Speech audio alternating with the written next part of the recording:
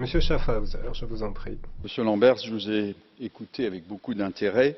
Avant d'être député, nous étions un certain nombre, avec les présidents des grandes banques publiques, à demander un véritable plan de réinvestissement en utilisant les facilités monétaires de la Banque centrale.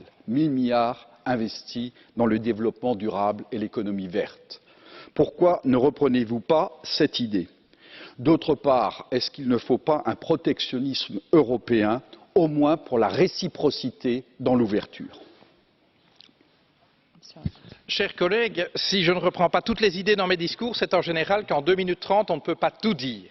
Maintenant, ce qui est clair, c'est que le financement massif de l'économie par la Banque centrale européenne ces dernières années, et c'est un financement qui continue, ce qu'on appelle le quantitative easing, est de nouveau quelque chose qui est dispersé de manière totalement indiscriminée. Nous plaidons depuis très longtemps pour verdir ce quantitative easing, autrement dit cibler les investissements, non pas sur la spéculation. On voit bien que les marchés d'actifs sont en train d'exploser parce qu'on injecte de la liquidité dans le système, mais focalisons plutôt au travers de la Banque européenne d'investissement et d'autres outils d'investissement public ces liquidités vers les investissements nécessaires à la transition écologique de l'économie. Ça tombe sous le sens.